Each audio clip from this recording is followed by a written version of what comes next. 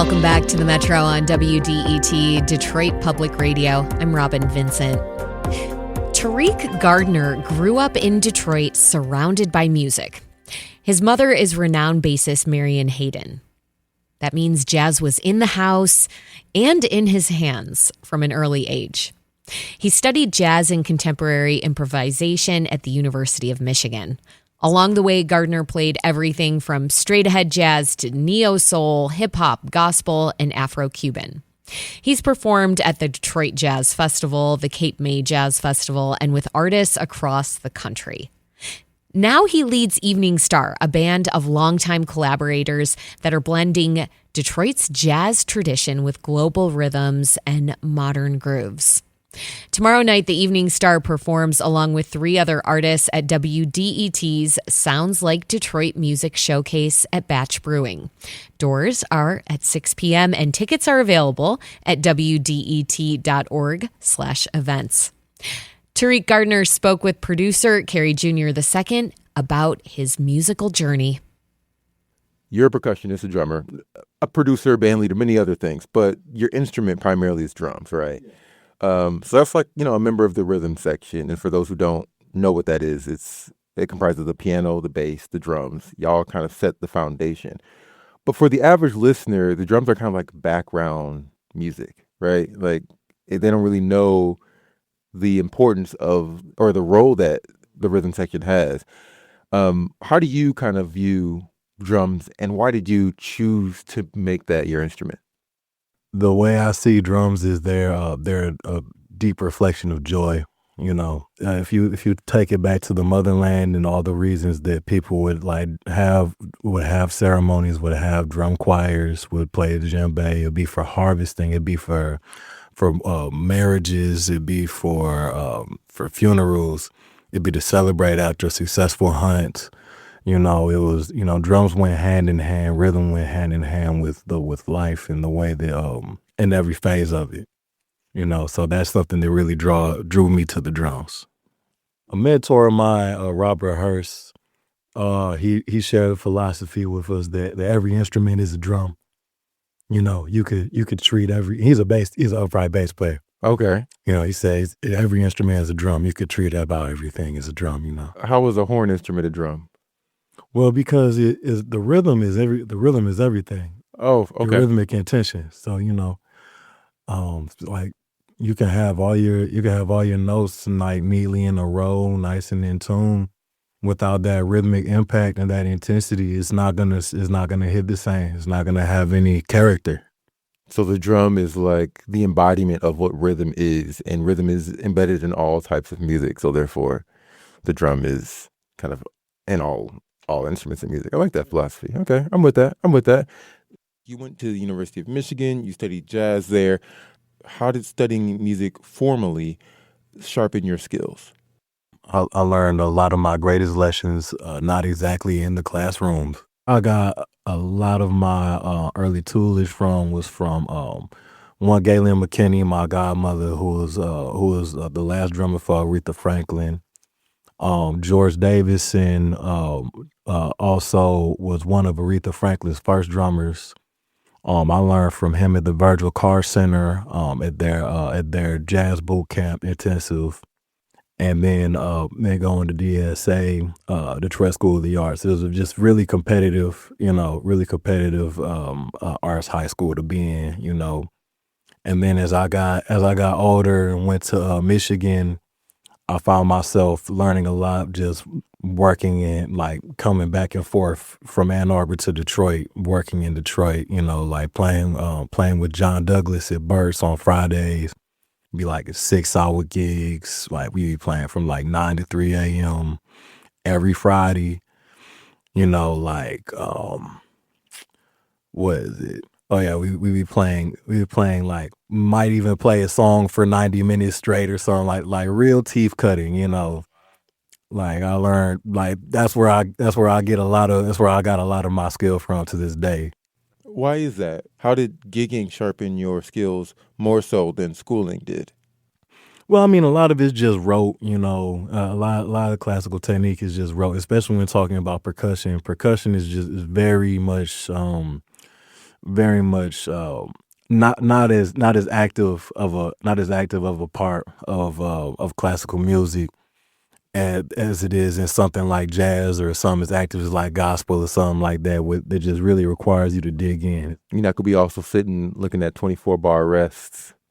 Yeah, no, and it's You're like playing like timpani or something like that. exactly. It's gonna be all feeling where your weight feels where your weight feels natural to be placed. If you're gonna have a 24-bar rest, that's your decision. So you gotta have your eyes and your ears open to be able to make that decision on your own. Your band, the Evening Star. Yeah. How did it come together? See, initially I was running this jam session at Burt's on Wednesdays in 2018. I think I got a idea in my head to start a trio. So it was me, my bassist, Kalen, really good friend of mine, Kalen. He actually just dropped today, ex best friend, and Jeffrey Trent on saxophone. So it was just the three of us. We were called Evening Star. Now I got the name Evening Star as it's one of the Islamic readings of the name Tariq. So it started off as the three of us, and then that was like about 2019. We had a piano, my guy Mario Sulaksana, and he dipped off to LA like in 2020 without telling nobody. And then I started calling our man Leroy. Which Leroy is just something different. He's such a beast. And adding Coleman, our vocalist, it's just become, we just been building and building on top of our sound for years now. Like going to DSA with Cole and with Leroy and with Jeffrey, going to U of M with Kaylin, with Stephen Grady. Like we've just been playing with each other and in different situations for a very long time. And so like there's a lot of trust involved in there, So it came together somewhat organically. Yeah. I mean, it was one of those things where like we do gigs together already. Let's put a name to it or something, And is there any artists that you all kind of shape your sound after? Or is it completely something that you're trying to draw? I mean, everybody has, of course, some sort of influence. But, I mean, are you intentionally going for a specific kind of sound or technique when it comes to some artists? Or are you kind of like mix a lot of different things together? It's so much of a hodgepodge. Like it's really a patchwork quilt that we're making of sound.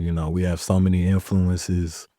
Like when you think about like from Charlie Parker to D'Angelo, it's a pretty wide breadth when we're talking about things from out of the black music canon.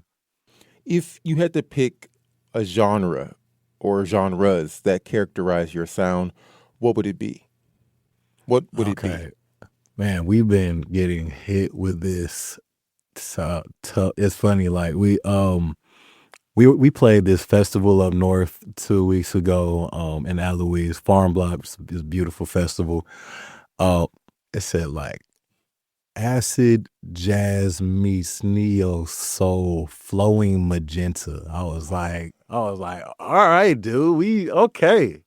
Actually, flowing magenta. What does that even mean? No one knows what it means. That's hilarious. It's provocative. But it's provocative. It gets the people going. Facts. And are you all embracing that? So a friend of mine put it to me like this before, which I like it a lot. It's like new good jazz. So I'm like, but like I've heard, like acid jazz, or like I like the term neo spiritual. You know what I'm saying? Because catharsis and like, kind of like having that sonic reverence is really a big inflection in our sound. You're listening to The Metro on 101.9 WDET. I'm Kerry Jr. II. My guest is Tariq Gardner. He's a drummer, producer, and band leader. His band, The Evening Star, will be performing at the Sounds Like Detroit event. He is the people's selection for that event. Okay, Tariq, I'm going to take a slight turn and ask you some questions about your opinions on the state of music and jazz today. It's very much assumed that in order to be successful in entertainment, you have to leave to a Los Angeles or a New York or an Atlanta.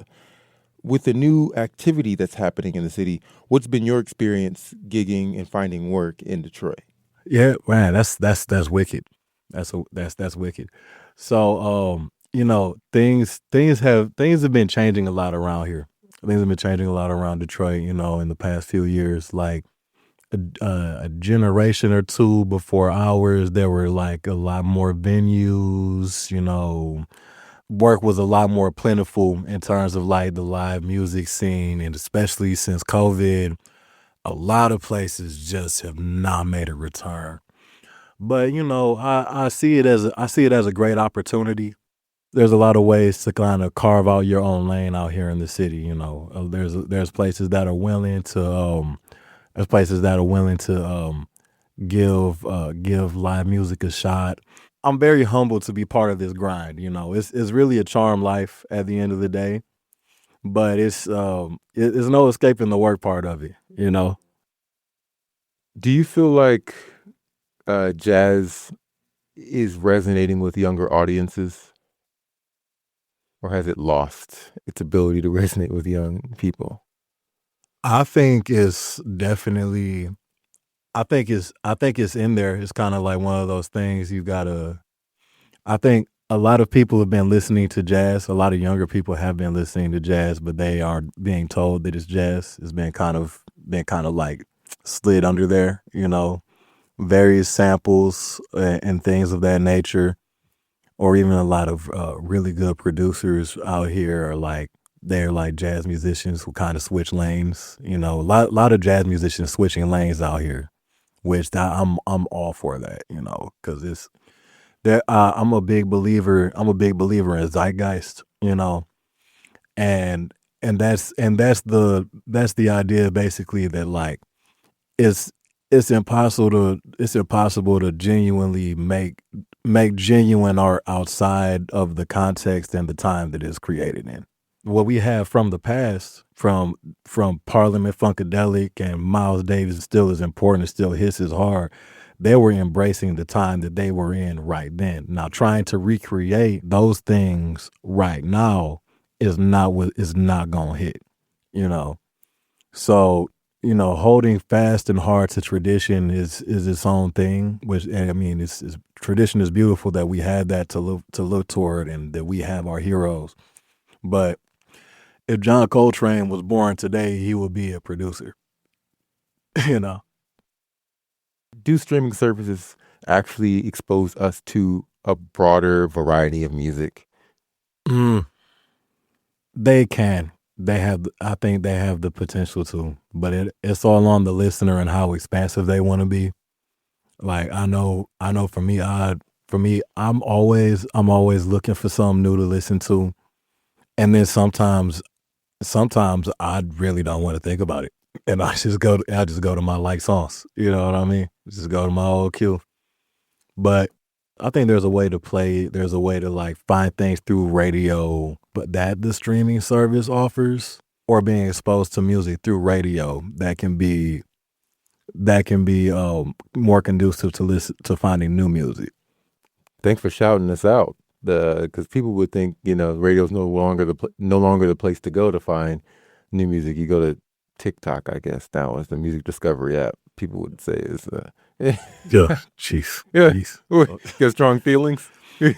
I not super strong.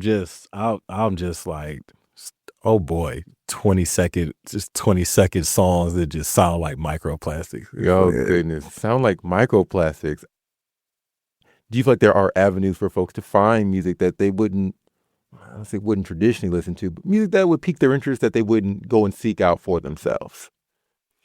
I think there are those avenues, but see, a lot of them have to be created by the artists. There's a way to make people accessible and make them keen that there's something they're missing out on that they need. I think having certain avenues, certain aesthetics, kind of like it's important for the artists themselves to be like very firm on what they're about, so that they can really, really attract the listener base that they want, because it's not going to be everybody regardless, you know. Fair. And it feels like you're embracing that fully. The dream's only in your head till you can see it, and I like for everybody to see it. I like for everybody who listens to the music to just really, really see out what we're trying to project. I like for everybody that's in the group is just really trying to see the vision come true, and I want to see all their visions come true. Kaylin's music, Coleman's music, Leroy's music. Tariq Gardner is the band leader for the Evening Star. He's performing tomorrow night at WDET's Sounds Like Detroit Music Showcase at Batch Brewing Company. Doors are at 6 p.m. Tickets are at WDET.org. This is WDET-FM, Detroit Public Radio, your connection to news, music, and conversation.